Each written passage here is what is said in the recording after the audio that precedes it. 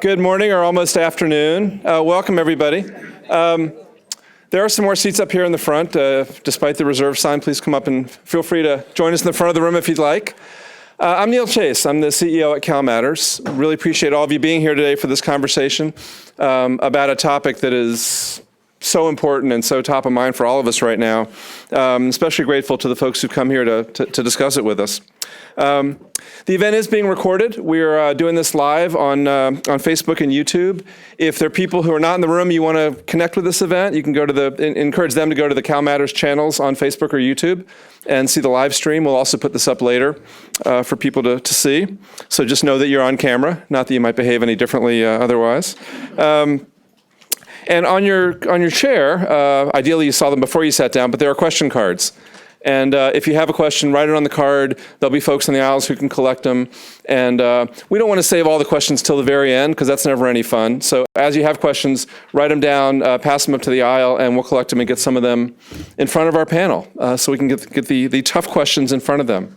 CalMatters is a 4-year-old nonprofit started in Sacramento 4 years ago to build the kind of journalism that wasn't being done as much as it used to. There used to be, every news organization in the state had people in the state capitol, covering the state capitol for many years. As news organizations have gotten smaller, many of them pulled out of Sacramento. There are only a few left there doing this kind of coverage. So we were started 4 years ago to bring this kind of coverage to Sacramento and to the state. We've been growing nicely, especially with the support of a number of you. We really appreciate that. And we're at the point now where we're doing good coverage statewide, and we feel like it's an important time for us to try to convene these kind of conversations. So I appreciate you being here with us. Especially want to thank our sponsors, JP Morgan Chase, for making this day possible. They're good partners of ours, have done several of these with us, and not only for the good lunch, but for the entire event and helping us be here today. Thank you very much to Chase. And with that, I'm going to turn it over to our environmental beat reporter and longtime California environmental journalist, Julie Cart. Long time was a compliment. Yeah, hang on there, Neil. Yeah, just yesterday. Thank you all for being here. We really appreciate it, and we love this audience participation aspect of this. Please remember to fill out the answer question cards. This is a very distinguished panel. And these are all superstars, so it's going to be really great for us to get their input on what is a very, very dynamic, as Neil said, of the moment issue. And I think the job of a moderator is to be really quiet, so hopefully you won't hear too much from me. This is your lucky day. This is Senator Bill Dodd, who is not only a fire refugee himself at one time, has probably written more fire legislation in the state than anybody else, and will speak on behalf of the state legislature, which is a heavy burden, too bad. Rebecca Miller is a PhD candidate at Stanford, and there's probably not any part of fire that she has not researched and can speak to. So she's the voice of reason in the room, which is sometimes very necessary.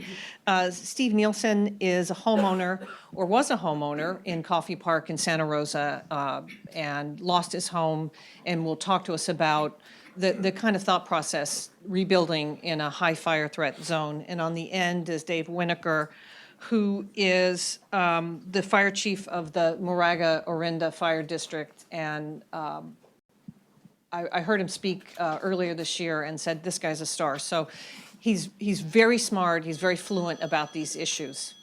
And we're very happy you're here. He's like off the fire lines, just took the smudge of charcoal off his face a minute ago. So I appreciate that you can work this in. And what we want to do today, we're not talking about climate change. This may be the only panel on fire in California that we're not discussing PG&E. Fire is with us. It always has been, but it is so pressing at the moment. We're talking about how do we live with it. As we often talk about with climate change, you don't talk about mitigation anymore. It's adaptation. What do we do about it? Should we move somewhere else? Should we not allow people to live in high fire-prone areas? Should they pay more? Should we cut down every tree? How do we handle this? So that's what we're dealing with. We really want to cast it forward and think of solutions and probe these fellows, men and women, for those answers. But let the panel just talk about themselves briefly, starting with Senator Dodd. Well, thank you very much. I appreciate Julie and CalMatters let me just tell you, I'm not being gratuitous when I say this, but I'll tell you, there's nobody that knows more about this issue and has written more articles and more, from somebody from my vantage point, you depend on the press to get it right, and they get it right. And it's because they do their homework, and I've always appreciated that, so thank you, Julie. When I woke up on October 8th, 2017, I never imagined, ever, even close, that most of my work in the California State Legislature would be around all things, fire related, whether it's first response, mutual aid, pre-positioning assets, utilities, how they get all set up, and the resiliency therein, or thereof, I should say, of that electrical grid, insurance, because this is going to be a big issue, moving forward. And one of the things I think that's important to get across is that I don't think there's any silver bullets. We tried to come up, we had, SB 901, how did I forget almost? SB 901 2 years ago, which was my bill under Governor Brown had the conference committees. We came in, early to try to get some resolution to that issue. Then this year we had SB 1054.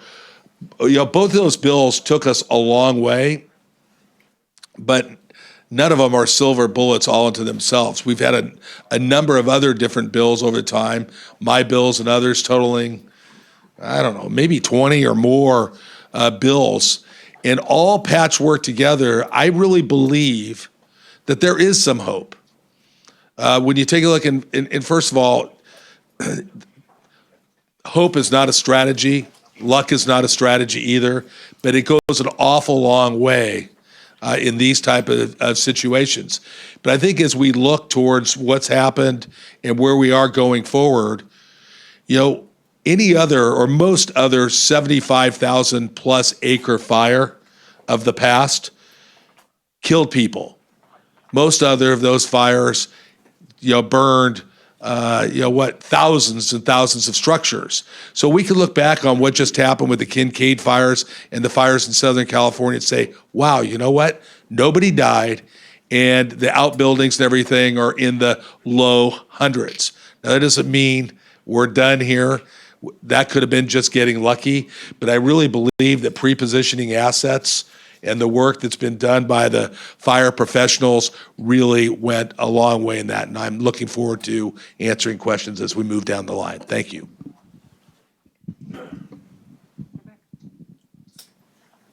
Hi, I'm delighted to be here at this event.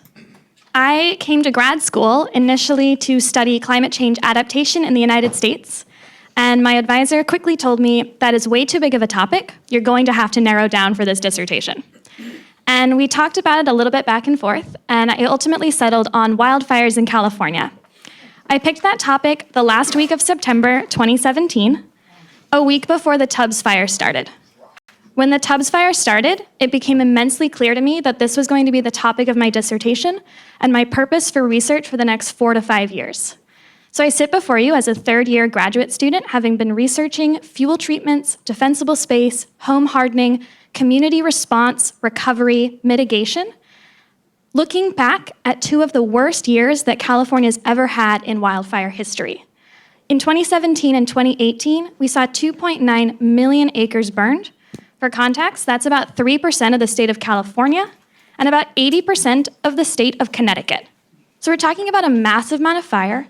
We're talking about over 30,000 structures burned, about 150 deaths in the last 2 years, and an expanding fire season that's now really becoming more like a fire year.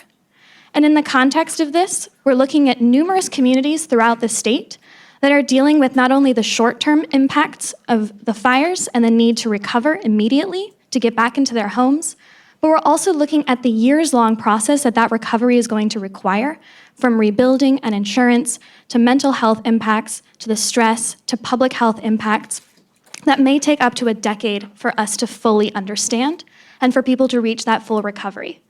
So I'm excited to be talking about defensible space and home hardening because these are some practical measures that we can take to avoid having these kinds of fires repeated in the future. That's how you narrowed down your thesis? Good day, everyone. My name's Steve Nielsen, Bay Area native. I lost my home in the Tubbs fire in 2017. I was in Coffey Park. 2 years down the line, I'm still fighting to rebuild my home, battling with the insurance company, and dealing with this seemingly never-ending process. Thank you, and I appreciate the opportunity to be here today. I have the luxury of representing a relatively small suburban fire district in the East Bay where the community believes in the threat because of what they've seen in the North Bay and throughout the state and is committed to changing things and changing them quickly. So we have the opportunity in the Moraga Renda Fire District jurisdiction to act as a test bed, an incubator, if you will. And we're trying out pretty much everything under the sun to see what works. That said, a lot of time and effort has gone into suppressing fires, how we put them out. And I think all of us can hit the I believe button. The last several years have shown us there are and will continue to be fires that are too large to suppress. We're not going to be able to put them out no matter how many resources we have and no matter how much we do. So then we need to focus on how we get the people, the residents, the at-risk populations out of the way of these fires through evacuation plans. And that's an area that I'll talk about some more today, but really I think there's an awful lot of work to be done there with some very simple tools and the application of existing technologies. As an example, Waze gets 1 million people in and out of San Francisco every day, utilizing every available means to maximize the efficiency and make full use of the available infrastructure. We could use the similar or same technologies in the event of an emergency to move lots of people out of an at-risk community, understanding that this is California. We're not going to build new highways. We're not going to build new roads into these vulnerable communities. So how do we maximize the infrastructure we have now? That's thing one. The second point I would like to make is that the policy piece, the studying of the problem, the coming up with ideas and proposed solutions, from where I sit is the easy part. There are no shortage of smart people who are studying this problem now, and they are spinning off good idea after good idea. Where the rubber meets the road, though, and you're trying to convince every member of a community to cut down trees, limb up brush, take out grass, do things that they have never done. And one of the It's an analogy, but I think it's relevant. In the district, we're focusing on roadside vegetation to start with. It's easy to see, there's no expectation of privacy, and it's easy to make a connection between roadside fuels reduction and evacuation route viability. So it's easy to make a value proposition to the entire community. And people regularly tell us two things. One, I've lived here since 1971. Two, I've never done anything on it. I believe you. You haven't. The side of the road proves that point. And three, this is the city, the town, Caltrans, someone else's responsibility. And really the takeaway from that is to make the point that everyone thinks something should be done. And everyone can agree something should be done by someone. And then the consensus falls apart. So really, where the rubber meets the road, getting the conversion so that each one of those homeowners, some of whom have been there for years and like their yard the way it is, they like the screening effects of the vegetation, they like the tree, or they don't like the cost of removing the dead tree.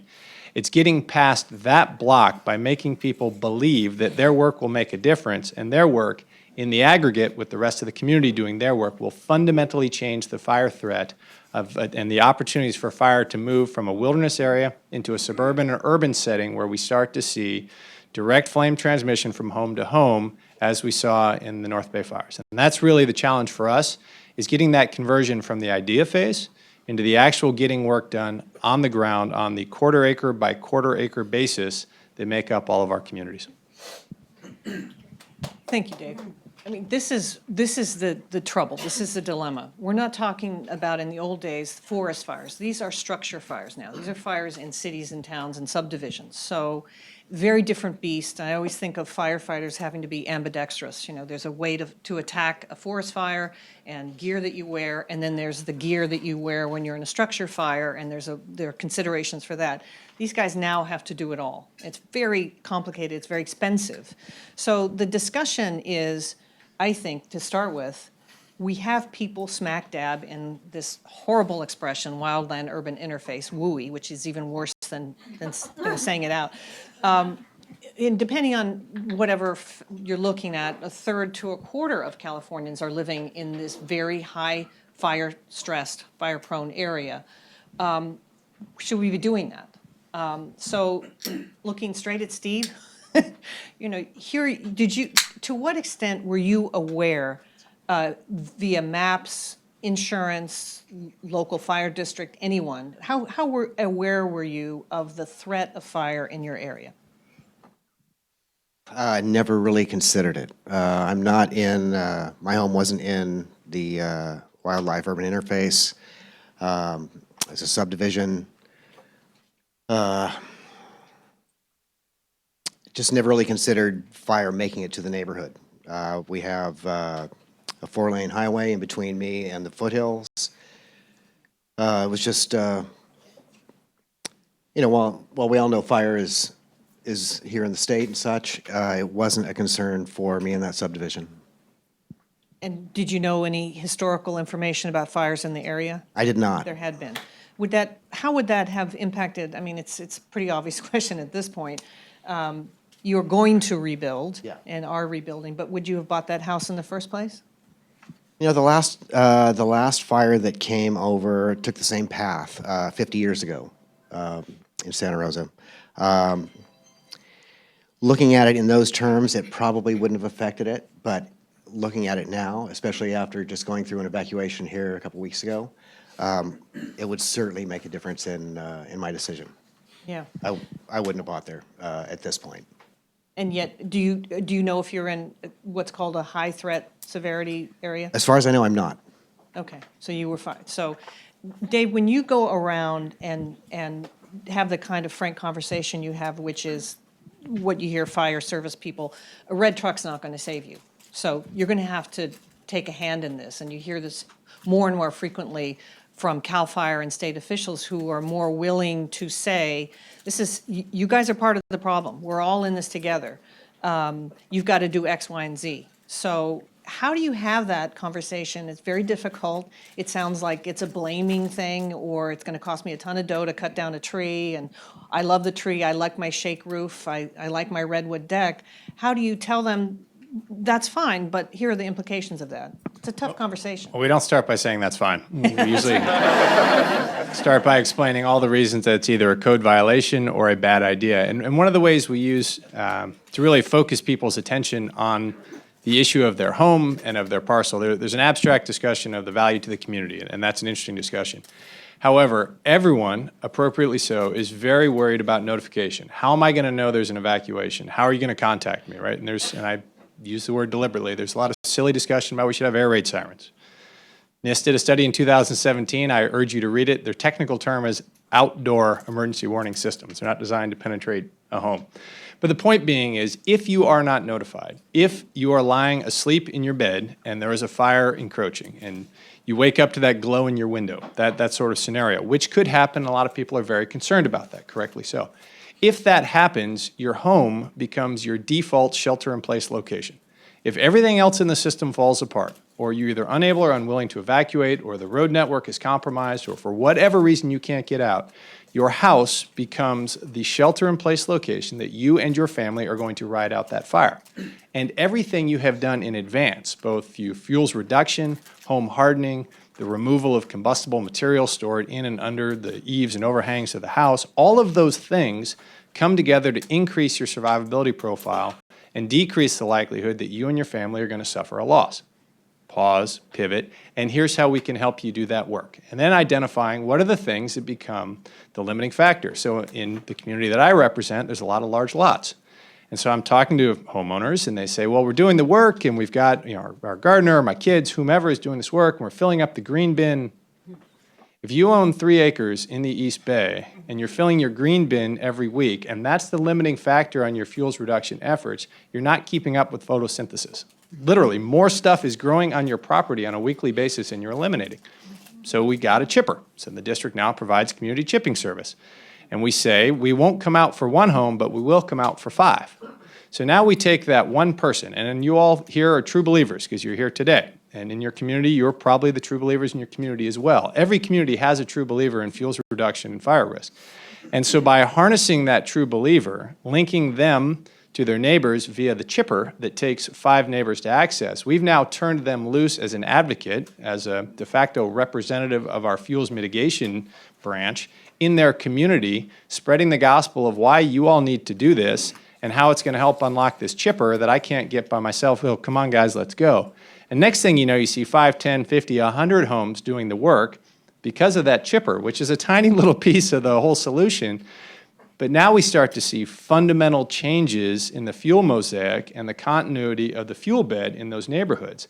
And one home won't make a difference, but 100 will. And we start to create interior fuel breaks inside the community once we've been able to harness that community interest from saying someone should do something to this is what you, my neighbors, should do to allow me to access this chipper. So you did a great job of talking about the engagement you get with the carrots, but you only said one thing about the stick, which was a fine. So, It's not a fine. I said it's not fine to have it. We don't fine. but didn't you say there are ordinances that could be enforced, excuse me.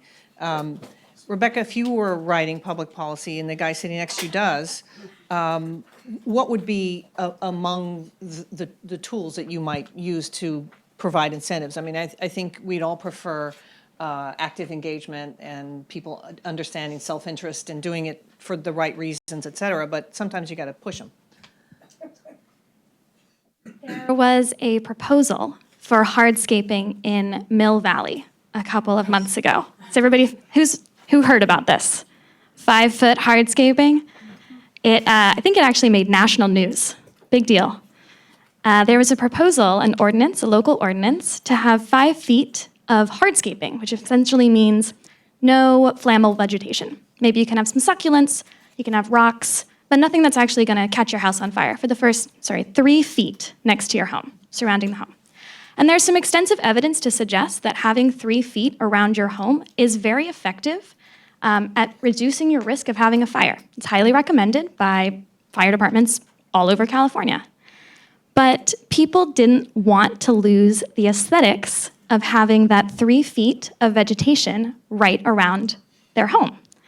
And so I attended the city council meeting, which was rambunctious, to say the least, with people screaming in the aisles, pushing to overrule the proposed ordinance.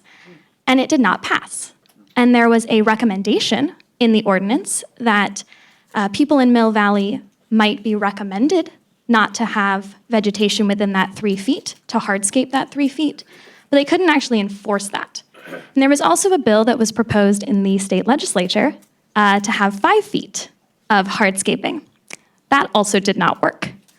And so I think that as we're talking about how to improve home hardening, as we're talking about our defensible space, as we're talking about incentives, we have to recognize what people are willing to put up with until a fire actually comes. And then we see people are fairly willing to put up with a lot of things.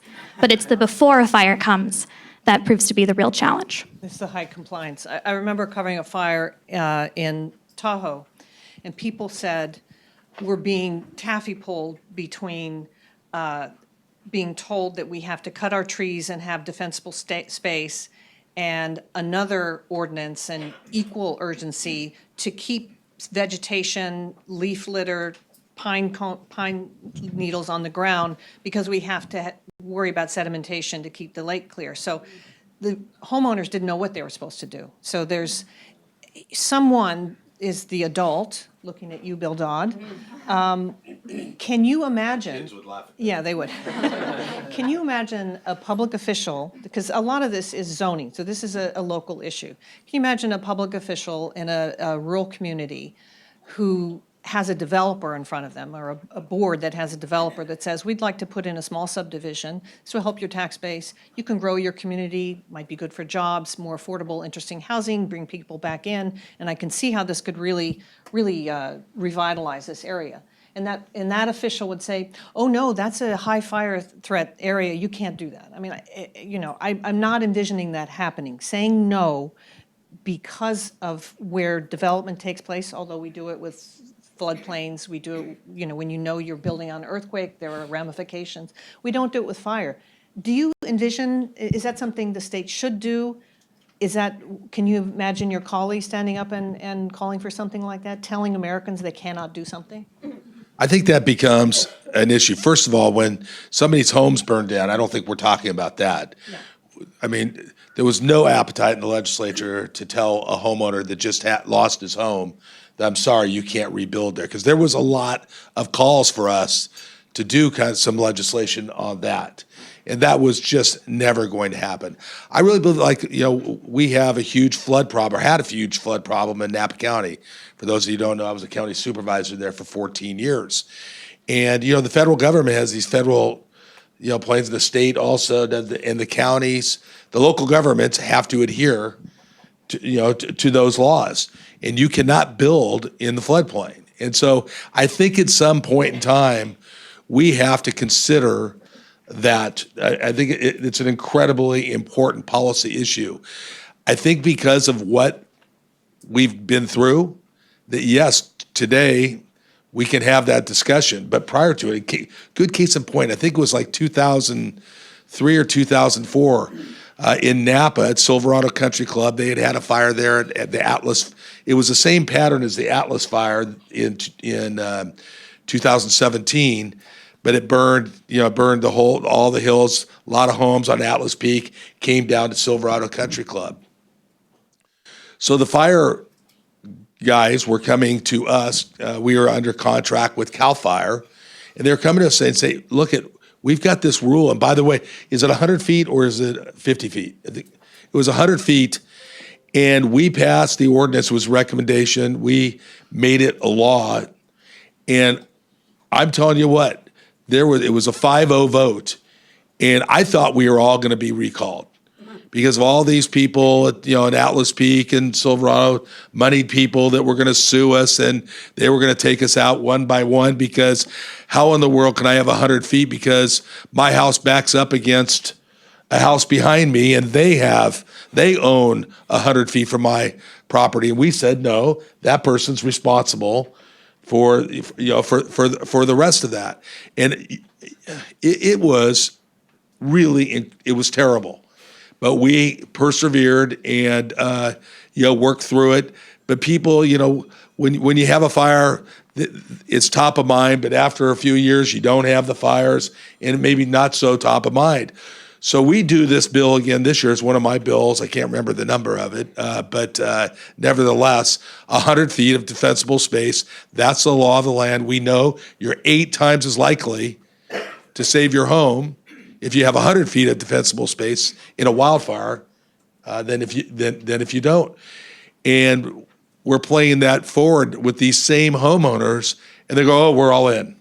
We're all in." I mean, it's a sea change after people have gone through it. But you get to these communities, like you discussed, that don't think it can happen to them. Nobody thought it could happen to them.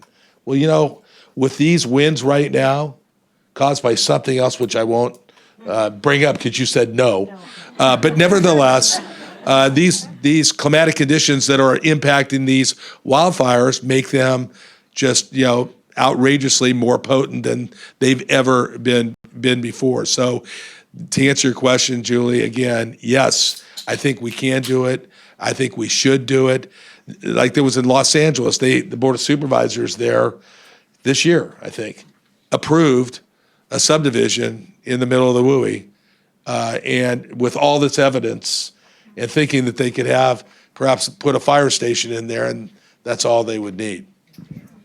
If you are writing questions, just hold it up and we'll bring them forward and be happy to answer them at any time. So, Steve, a lot of us erroneously think of the areas that the senator was describing, vineyards on high and people who want to retain this aesthetic, and I've spent $4.5 million on my home for this architect, et cetera. You're talking about living somewhere that you can afford. You're rebuilding somewhere that's affordable to you. It's home, and there are other rationales. But really, you're not. If you could afford to live somewhere, air quotes, safer, you would. This is where you can afford to live, right? Yeah, there are. I could probably move.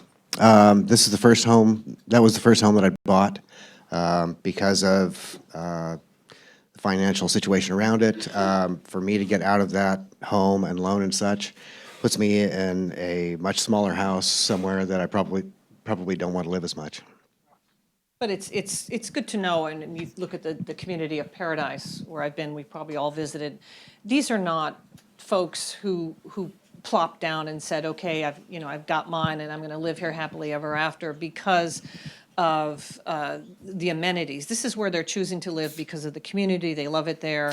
But also it's affordable to them. And as we look again, trying to push forward, these fires are exacerbating the affordable housing crisis in the state. So where's everyone going to live? I mean, it just builds and builds.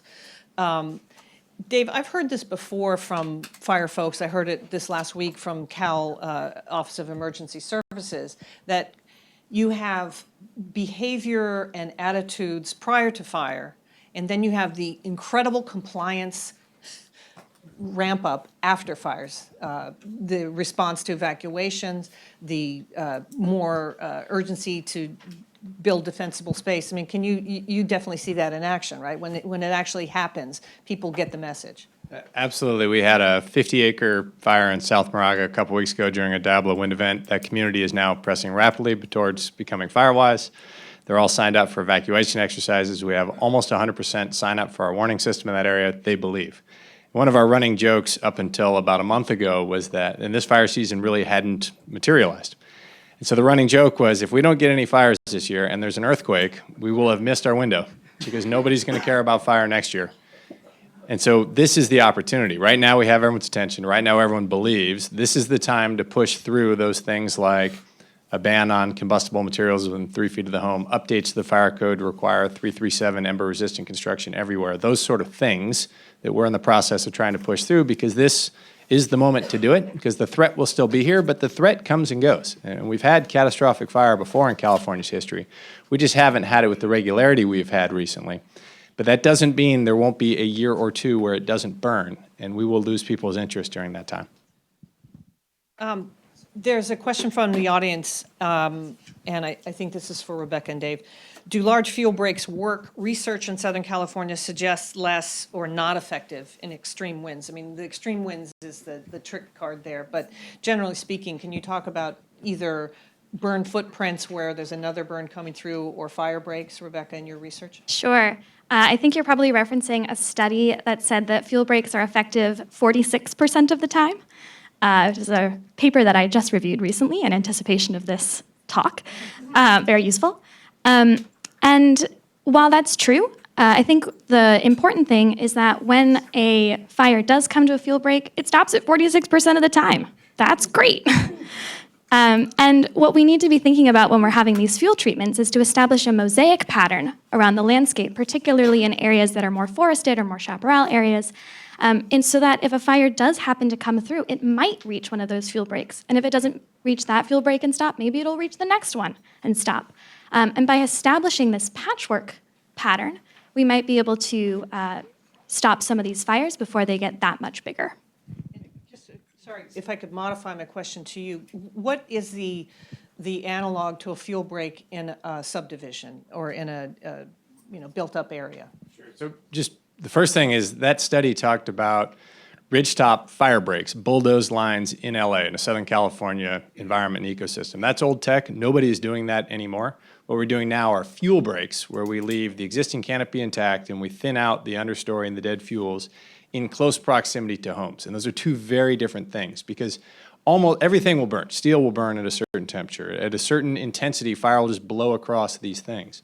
And when they're out in the middle of nowhere, when it's on a remote ridgetop, you're not going to put firefighters out there under any circumstances and the access and all those other issues. On the other hand, when it's in immediate proximity to homes, then it slows or stops the spread of fire. Fire is influenced by weather, topography, and fuel, and that's it. And those first two we can't do anything about, but anytime we disrupt the continuity of fuels, we slow or stop the fire, and that buys time for both an orderly evacuation and to bring people in.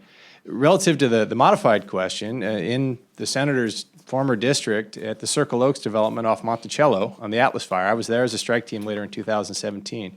We put no resources into that community because we didn't have any resources available. And everything around it burned, and that community experienced zero loss, all because of passive fuel reduction techniques they had taken advantage of in advance of the fire that eliminated the fuel bed. So in the absence of fuel, and conjunction with hardened homes and some other construction things they did, the fire burned right around that. And when you look at the aerial imagery after the fire, there is an island of unburned surrounded by lots of black. And the only other things up in that area that didn't burn were the vineyards. And that was it. Everything else burned.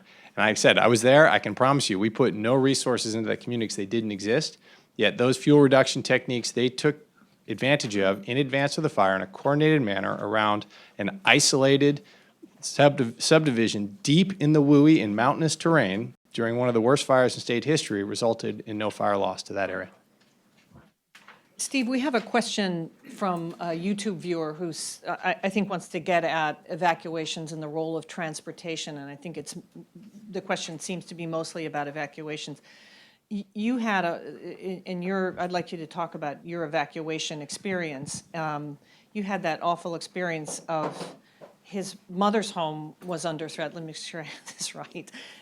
And in an effort to save their family keepsakes and belongings and heirlooms, they moved it for safety's sake to Steve's house where, they were lost. So, sometimes all of your best plans and even evacuation of things that are important to you don't work out. What did you have? Was it a middle of the night type evacuation? Was it orderly? It was not orderly. One thing I'd like to get back to from a few minutes ago is the notification end of it. Yeah. I found out about the Tubbs fire from my mom. She called me at 11:30 that night, and that was the only notification I'd gotten. As the fire progressed, it took out a lot of cell towers, a lot of communications. So I remember the week after trying to communicate either by cell phone or text or anything was nearly impossible because the infrastructure was not there. Sorry, your question was? Just your evacuation experience. Yeah, so, we didn't think that the fire was headed for our neighborhood. We were notified. I worked nights, so I was up and active during that time period. But when the police came through with sirens and told everybody to get out, it was a mess. I probably spent 35 or 40 minutes on my block, which is less than a quarter mile long. I believe it took about 70 minutes to get 4 miles across town to the meeting spot that I had set for my nephew and I. During the time that I'm trying to get off my block, fire is literally traveling overhead, catching properties on fire, which I remember considering, do I get out and try and stamp this fire out in front of these people's house and try and save a house here, or continue to try and get out of the neighborhood? Evacuation was a mess. And my concern when Dave mentioned ways is if the cellular infrastructure goes down, then that's out as an option. Yeah. It's danger during evacuation that created a policy in Australia that is the shelter-in-place policy that Dave's kind of talking about. Their research showed that people were dying during evacuations in the panic and the smoke and the chaos, making a left turn when they should have taken a right down roads they've lived for 20 years. Have you looked at research evacuations and the danger during evacuations or more efficiency? Because the state's really working on that now. Yeah, the state is working on it. I think a lot of the focus has been on notifications, particularly at the state level, whereas the evacuation has primarily been a local process, primarily because it's a local experience. And the focus on notification tends to be on using as many different modes of notification as possible, whether it's outdoor air raid sirens, or it's Nixle app alerts, or it's phone calls to the home. There are obviously many, many challenges associated with that, whether it's cell phone towers or not being able to hear the air sirens inside the home. But it's something that's actively being discussed, certainly at the state level and definitely at the local level. I've been doing some work in Marin County looking at fire protection And they're talking about using things like air sirens in order to alert people to what's been going on. Or if you have audible alerts, how are you reaching people with hearing difficulties? If you're pounding on a door, how do you know if the residents of that home aren't disabled and aren't able to get to you? I mean, there's so many considerations. And the state's working on it. That's really reassuring. Senator Dodd, we got a wonky question, which at CalMatters we love. This is about real estate disclosures for 20. There are disclosures for everything except wildfire hazard. Any prospect for such a disclosure for home buyers? I mean, is there anything that you can think of that, is that necessary? These maps are being promulgated all over the place. You can get them at, at Walmart now. We should probably be responsible for knowing if we are in a high hazard zone for all of these things, but we're not required to know that. And who's going to, bring that attention to? Probably not the real estate folks involved. Is that something you think the state should weigh in on? Well, whether or not I feel like the state should weigh in on it, I can assure you that one or more of 120 legislators looking for a bill to pass in Sacramento, will come up with something like that. Certainly the WUI area, if you're in that, I think if for insurance purposes, right now what's happening, I mean, this is really getting critical. People are getting non-renewed left and right, or their premiums are going up, by multiples. So I think we have to be careful, of that, because all of a sudden you could be doing the work of the insurance industry to redline so many people that otherwise, might not be able to get insurance. And Steve, I'll tell you, in your property, I was there the next morning, and I could not. First of all, if everybody else if we had been on all these Firewise programs up in the foothills and everything around, this is really, you couldn't hit a bunch of golf shots if all you had a driver in your bag to hit their subdivision from where these fires were. It's far away, and we know that the winds were, but if everybody had done their job, ahead of time with the awareness that we have now, it's hard for me to believe that your area would be in danger once again of something similar. And even back to the warnings, I know that Sonoma County took a big hit for the lousy, first, notice to, homeowners. It was horrible in Napa County. It was horrible in Lake. Probably the best was Lake County out of all of them, which has far fewer resources than anybody else. But in Santa Barbara and Ventura County, terrible, warnings. This is something that's job one right now, I think, with the legislature in terms of being able to warn adequately homeowners, and then also the many tourists, that are in the area as well. Just to tie the thing on insurance, Steve, you have quite a saga as far as your insurance story right now. Compress it if you can. It's a nightmare. Staying away from company names? Yes, please.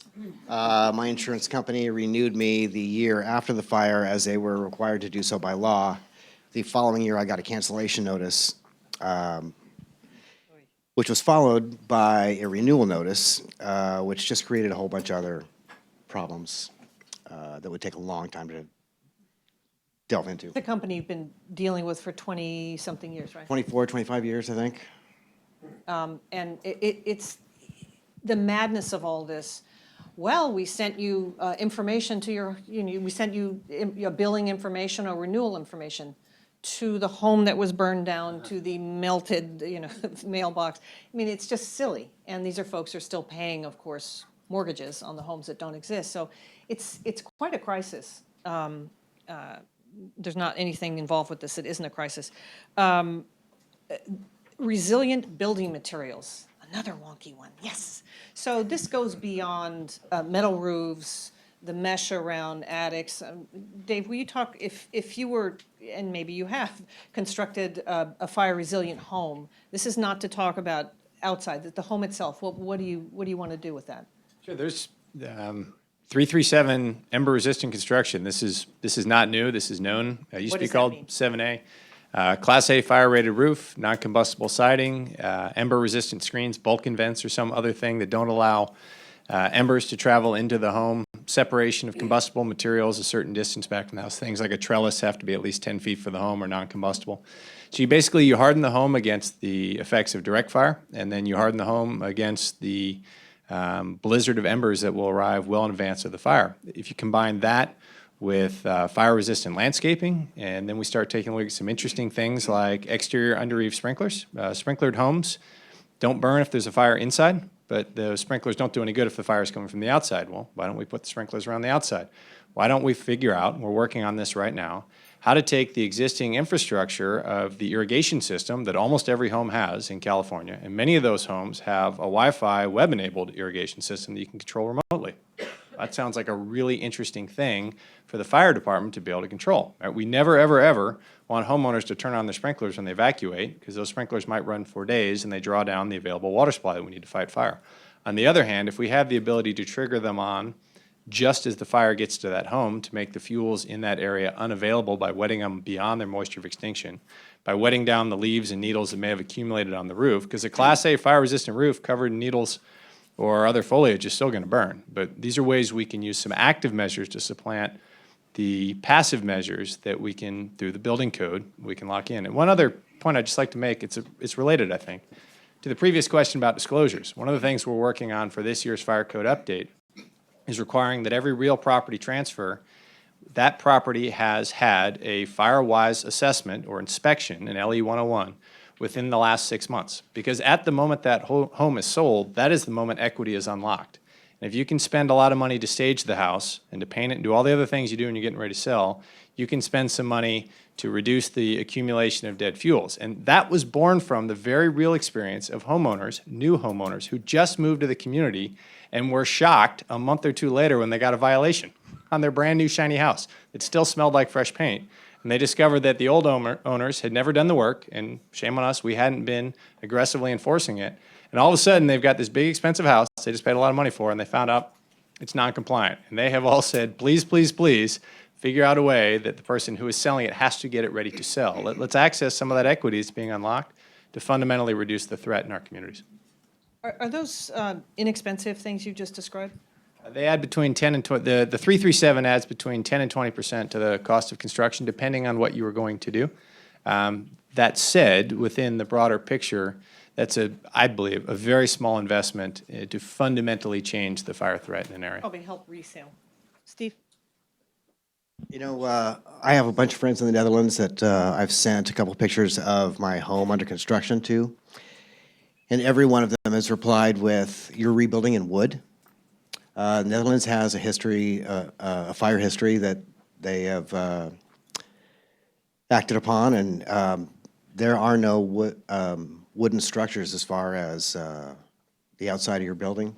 Everything's brick or stone. I couldn't answer the question. I'm sure it's a cost issue, but I don't know the background of the construction end of that to answer that question and say why I am rebuilding in wood. Rebecca, you know something about building codes, which makes you kind of a geek, but that's good. That's why we have you here. Is California fairly advanced? How are we in terms of understanding and requiring those kinds of changes? You'd referenced the Chapter 7A building code. Chapter 7A is part of the California Building Code, and it specifically looks at fire-resistant construction. And the California Building Code, Chapter 7A, is based on the International Wildland-Urban Interface Code, which gets reviewed every couple of years to make sure that it's state-of-the-art science, and then gets adapted into the California state building codes.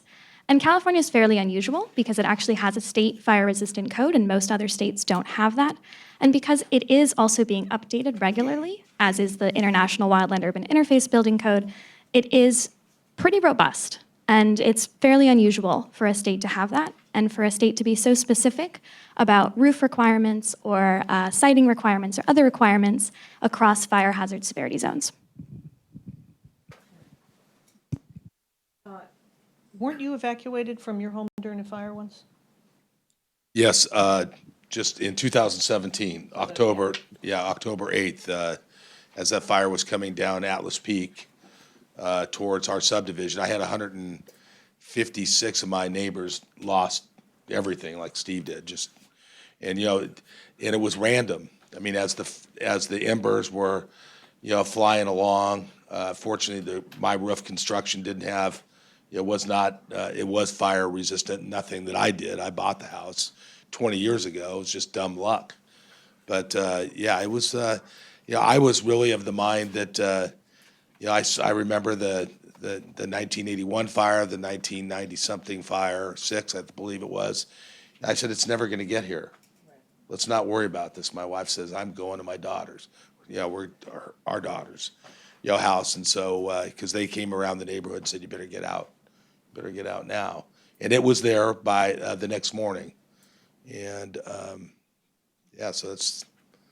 So what have you done and what have your neighbors done in terms of changing or responding to this threat in those 2 years, being a smart guy?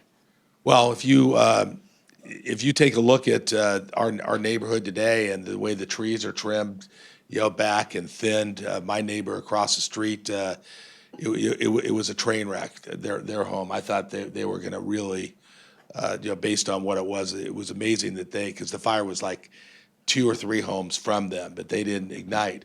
But the county, I mean, kudos to the fire marshal. Right behind, across the street, behind the fence is wildland, no homes, and the homeowner had not done anything as of September 1st. And the county finally came into him and said, you've got till September 15th, or we're going to come and hire a contractor and do the work for you. And I'm convinced that saved probably another 150 homes. We had a question about nuisance properties, second homeowners, third home. Oh, I only get to the lake once every 2 months. Folks live there every week and every day, and they're mightily offended by this, and not for aesthetic reasons, but it's dangerous. That's not a state policy. Do you think the counties and local municipalities are enforcing that enough? And Dave, I'll ask you that. So we're very aggressive with any absentee landowners or abandoned properties or investment properties. There's an LLC with a Long Beach PO box based out of Singapore that owns some properties in the district. They go straight to work order. Right? That said, it takes time. In my little district, which is 38,000 people, that represents 14,000 parcels. And it takes a bunch of time to inspect those parcels. And then the work order process, as it should be, is onerous and time consuming. If we're going to go do non-voluntary work on someone's property that they're going to pay for, that process should be hard, deliberately so. These are private property rights we're talking about. But what that means is the reality of how quickly we can move through non-compliant parcels. If we're going to do that, it's going to take an investment on a scale that almost no fire district or community has been willing to make, and hordes of inspectors out conducting inspections. And the bycatch of that, because everyone can agree that absentee landowner, the vacation house on the lake, that should absolutely be done. But the consensus falls apart when you're writing violations at the lady living on the railroad pension who's a widow and doesn't have the ability to do it. Right? Sitting on a lot of equity, but doesn't have the ability to do it physically themselves, and they're property rich and cash poor. So at least my experience has been, as we try to scale these programs up, we run into a buzzsaw of public resistance. And our focus right now is on voluntary compliance. There's lots and lots of work to be done by people who would do the work if they knew what needed to be done and why. So focusing on that education, that outreach, and that voluntary compliance. And in time, we'll get to the non-compliant parcels. But the hope is, and at least what we're doing, is waiting to a point that the non-compliant parcels stand out like sore thumbs. And it's immediately obvious who hasn't done the work. And the community support, because people who have done the work, they are advocates for enforcement. They say, I did this work, this is what it cost me, this is how much time I worked, go get them.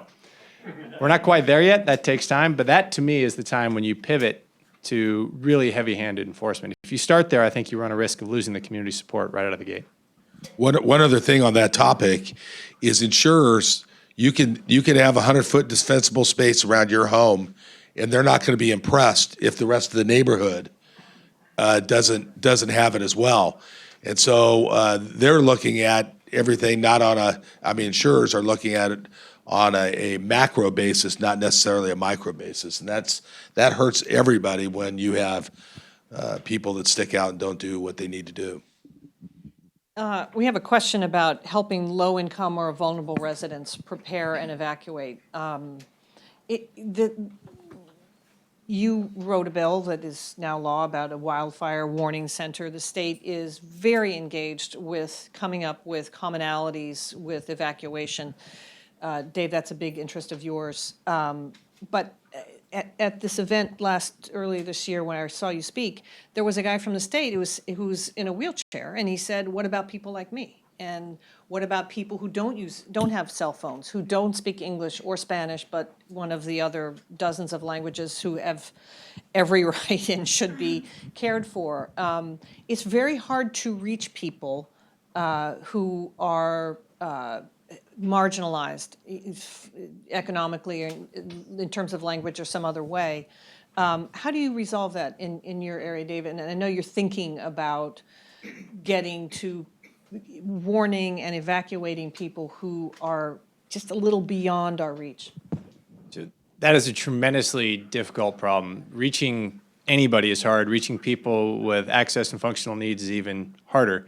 And then once you've reached them, then what do you do? One of our truisms is help is not coming. We don't have the ability to put strike teams of ambulances into the fire ground to evacuate people who cannot evacuate themselves. And our focus right now is on bottom-up community resilience. So every neighborhood self-organize, identify who are the at-risk people in the area who need help. Something as simple as the neighbor who can't get down the stairs. They can drive, they just need help getting down the stairs to get to their car.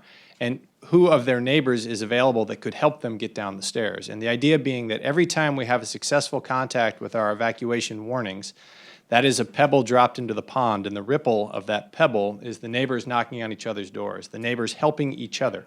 If you look at evacuations, there's always at least a seat in the car that is open, right? The neighbor with the functional needs should be in that seat, because there is no system that I know of, there's no scenario I can envision where we're going to be able to flood these areas, if it's truly a crisis, with the resources that are needed to pull out a lot of people. It's just not, it's not in the cards. We're not going to be able to get enough suppression resources up there, much less transport resources. So really focusing on bottom-up community resiliency, identifying who in the community has those needs.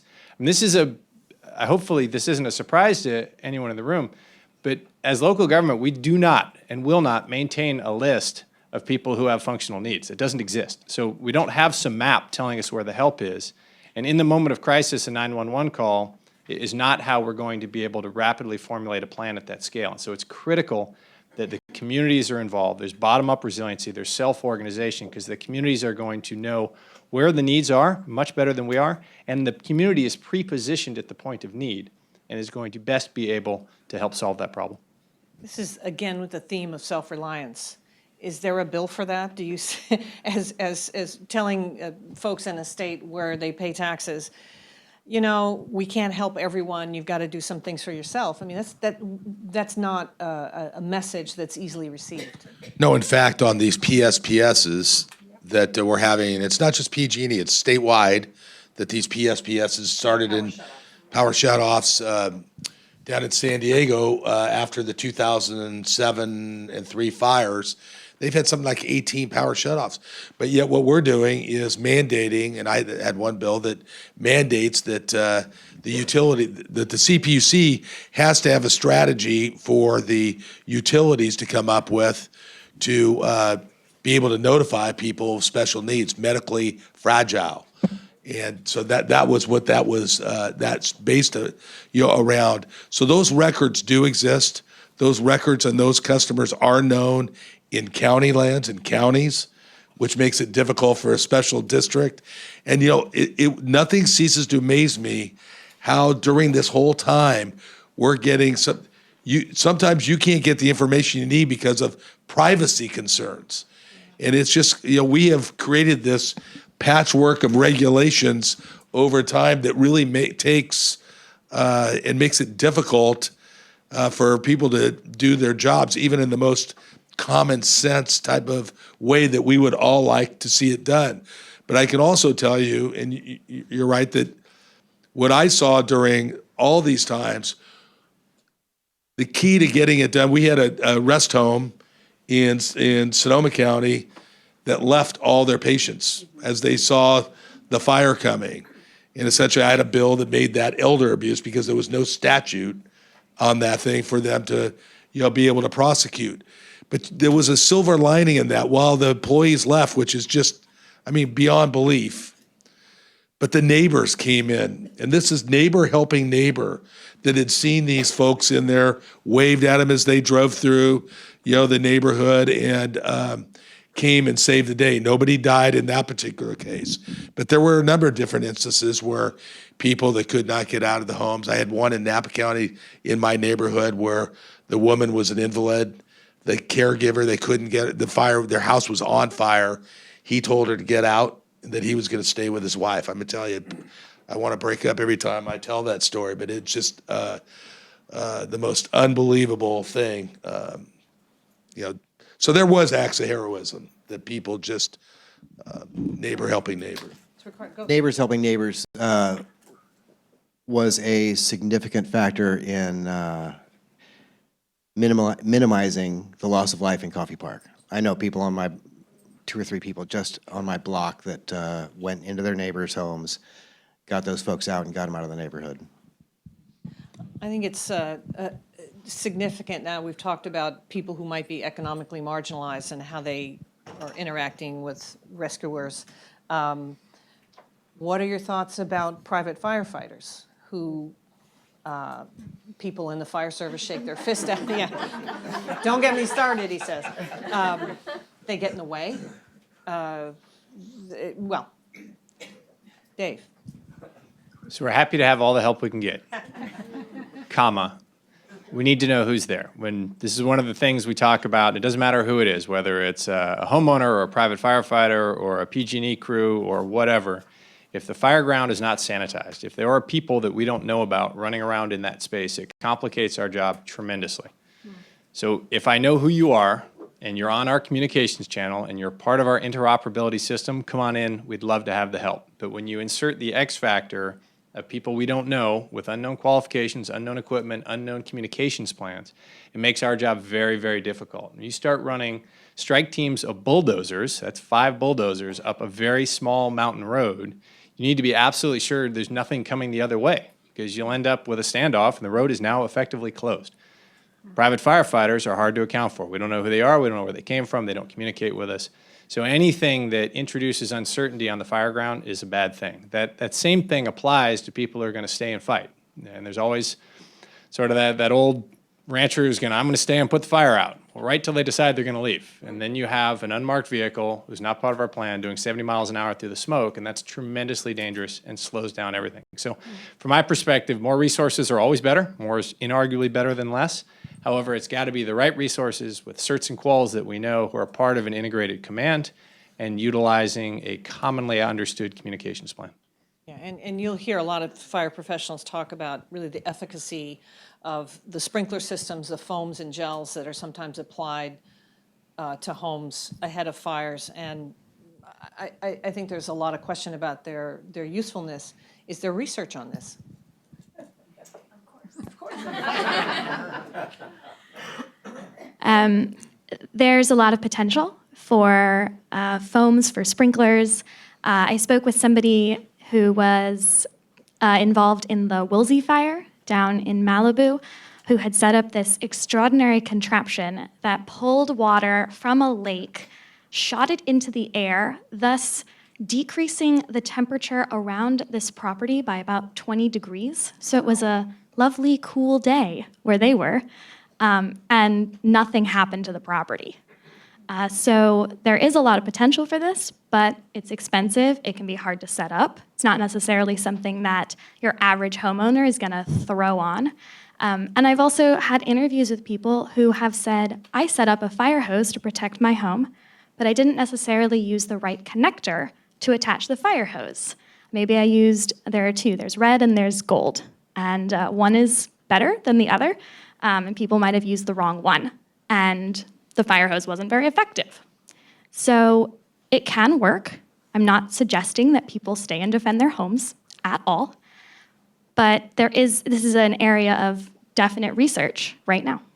Yeah, and very often, if a fire's in your neighborhood, there's no water pressure anyway. I mean, I guess it's better than nothing if you can afford it. The state has budgeted $1 billion to this problem, just this tiny slice of fire. There's a tremendous amount of technology that's being harnessed, both with CAL FIRE buying aviation tools, there are drones, there's all kinds of infrared and special cameras that are being able to not only observe fires as they happen, to give folks like Dave an understanding of where they might go and somewhat about their behavior, but also to predict. This is not a problem that'll be solved by money, but it helps, doesn't it? Money always helps somewhere. And that was one of the impetus behind, I had a bill that the governor just recently signed, which is right now we rely on our utilities, and a lot of universities do a lot of work in terms of camera work, looking into watersheds for a number of different reasons. But there's no reason why we should rely on the utilities to be telling us where the biggest risk and threats are in any of the watersheds in the state of California. It should be the responsibility of the state to have our own fire threat and risk identification center. So it's a more complicated name than that the governor's office put on it. But nevertheless, it really is designed so that we get that same telemetry signals that they're getting from the weather stations and all the different areas of their services, electrical service areas. At the same time, we're getting these cameras, like the Sonoma Water Agency has a bunch of new cameras up in theirs. We'll get signals to them. University of California, San Diego has a big program like this. We'll get all these, and we bring them in. And the other thing we're able to get is we now know through the CPUC where the utility is deficient in their tree trimming and work. Everywhere. At least up here. So now with machine learning, as they clear some of those areas and other areas aren't done, we really have an opportunity to really identify where in the state of California are the greatest risks when the red flag warnings come. Where are the greatest risks and the threats to wildfire, to homes, to property, and everything in between. So you're right. It's not like it'll be operating this year, but this year it's going to be, probably a fraction of what the effectiveness that it'll be next year. And every year it will get better and better. But it also helps, which we put part of that $1 billion was buying more equipment and paying more for people to be able to, and equipment to pre-position assets. And I think in these most recent fires, that's really demonstrated that that's a big deal. And so the better we get at knowing and understanding where the risks are, where the biggest threats are, the better off we're going to be. Yeah, there's a lot of data. There are a lot of cameras in all over the place, not just in cities, but in backcountry. There's a lot of overlay of weather, wind, former fire prints, et cetera. It's just a matter of synthesizing it into a product that fire commanders can use, folks who want to warn can use. Steve, I guess it's safe to say your antenna for fire is up a little bit. You're going to pay a lot of attention to what we might call fire weather. So coming soon is going to be a ton of information that's available for residents in the state to better understand where they live, the threat around them. Is that something you think you're going to be paying? Are you going to be, on your phone or a device all the time, or are you just trying to live your life? Probably right in between. I certainly want to know anything that's going on. As you mentioned earlier, my mom still lives in the up in Lake County, so she's surrounded by plenty of trees.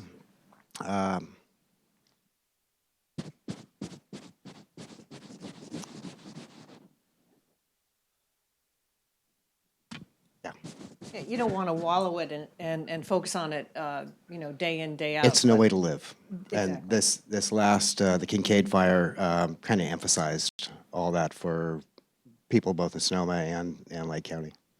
Yeah.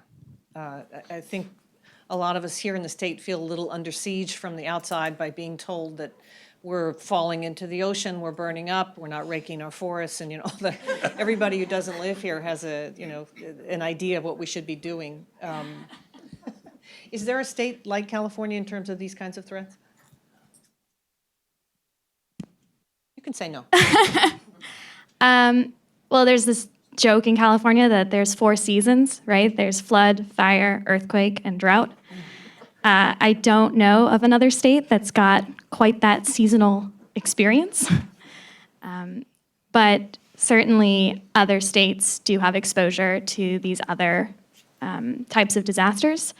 And in part because California is so big and so well off and so exciting and complicated. And, we have, 40 million people in the state? People are really paying attention to what happens in California in a way that maybe we aren't in other parts of the country when it comes to disasters. There's a question, it's okay to have proprietary questions here. Are we at risk in San Francisco? Yeah, I imagine with the way embers are flying, 2 and 3 miles ahead of wind-driven fires. Dave, what do you think? No, okay. Phew, I'm moving, and you mean, obviously, structure fires that are, you were talking about what, wind-driven wildfires? No. Correct. There's anything's possible. There's almost no scenario forecast, modeled, or anticipated where fires could jump. The distance they would have to travel across water on a north or northeast winds are mind-boggling. And there's a limit. Fire spread via ember cast can be up to several miles in advance, but that's specific to ponderosa pine bark plates that look like an airplane wing. Your standard ember cast is just not capable of traveling that far.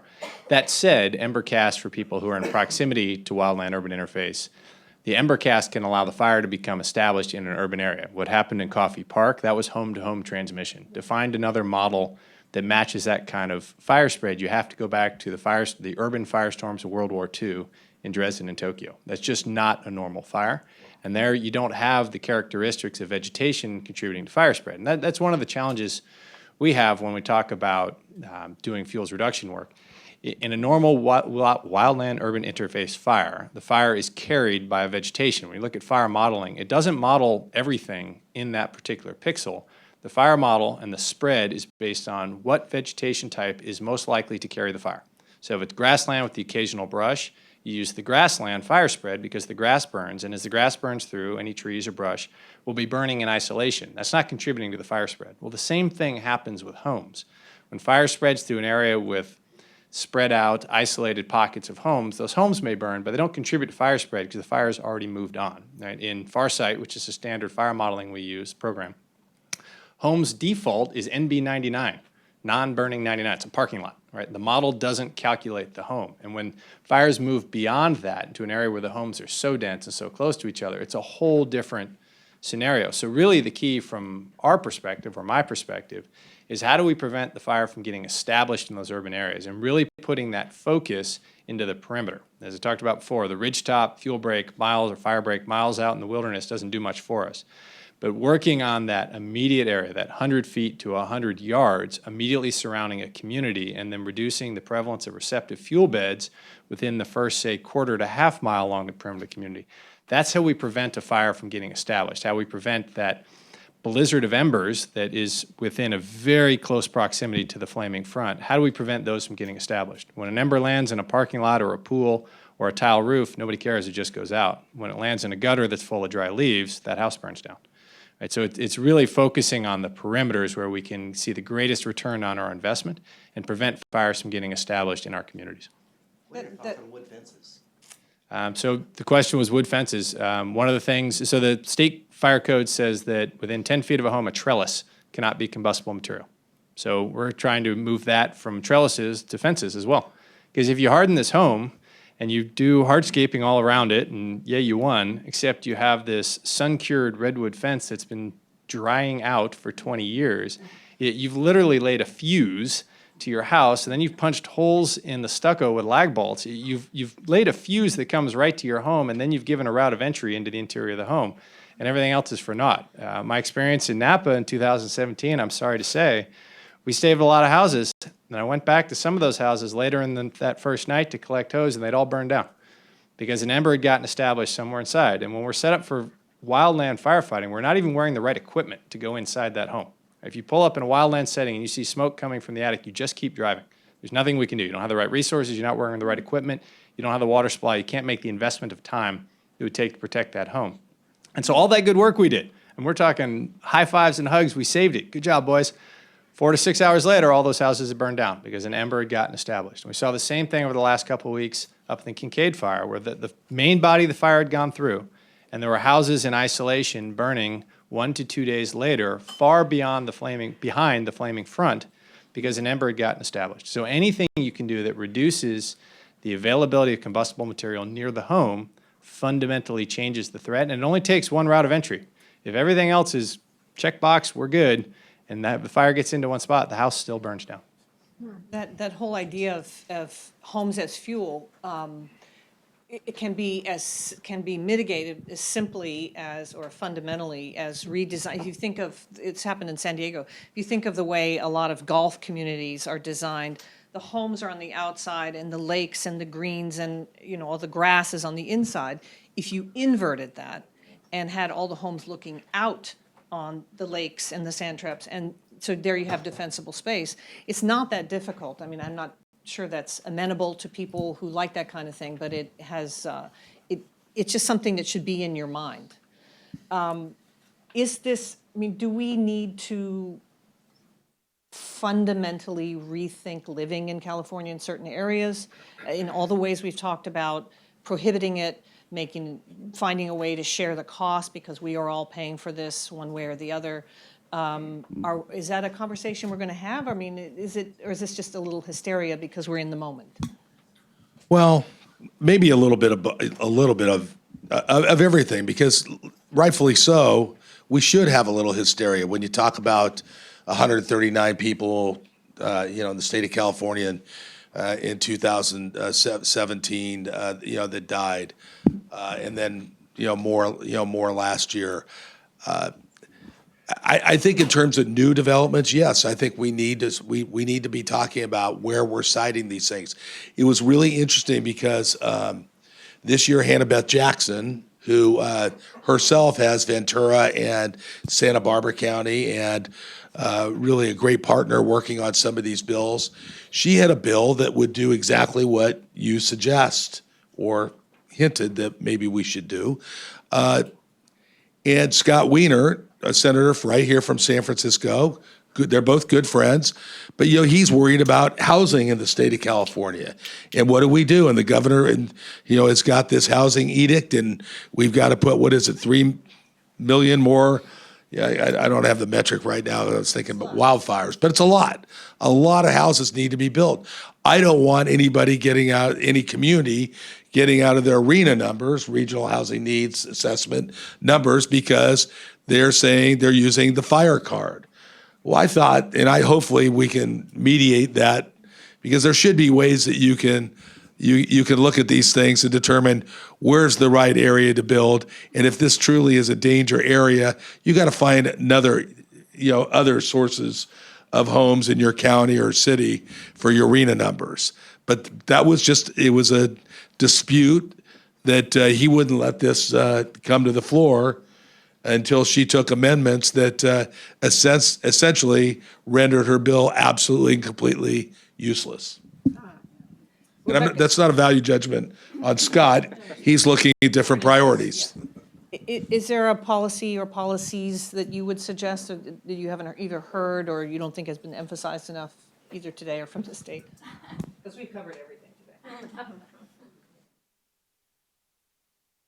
I think that connecting the housing crisis to the expansion into the wildland-urban interface and emphasizing densification instead of expansion is critical. And it's something that I haven't heard discussed very much. I've done a lot of interviews with people throughout the state, and it's something that isn't, as far as I know, really being talked about very much. But I think that we have the potential to tackle multiple birds with one stone. We have this major fire crisis, we have this major housing crisis, we have a number of crises in California, and we could do something about all of them, potentially, with money, with people getting on board and people doing something. Yeah, don't let a good crisis go to waste. To Dave, you're probably happily so, not a policy guy. But from where you sit, you're whispering to this man, and what would you like to see this on a state level? Because a lot of this falls to the local government, but on a state level, what would you like to see? I've prepared a few policies I'm hoping you'll take back with you. Just at a practical level. So I think this illustrates the challenge we're dealing with. So we were awarded one of the governor's 35 priority projects. We cut a 19.3 mile fuel break in 89 days for $4 million along north of Renda. Great project, learned a lot, navigated all sorts of minefields having to do with regulatory issues and homeowner and property owner issues, worked through all of that, and it's done. Good job, team.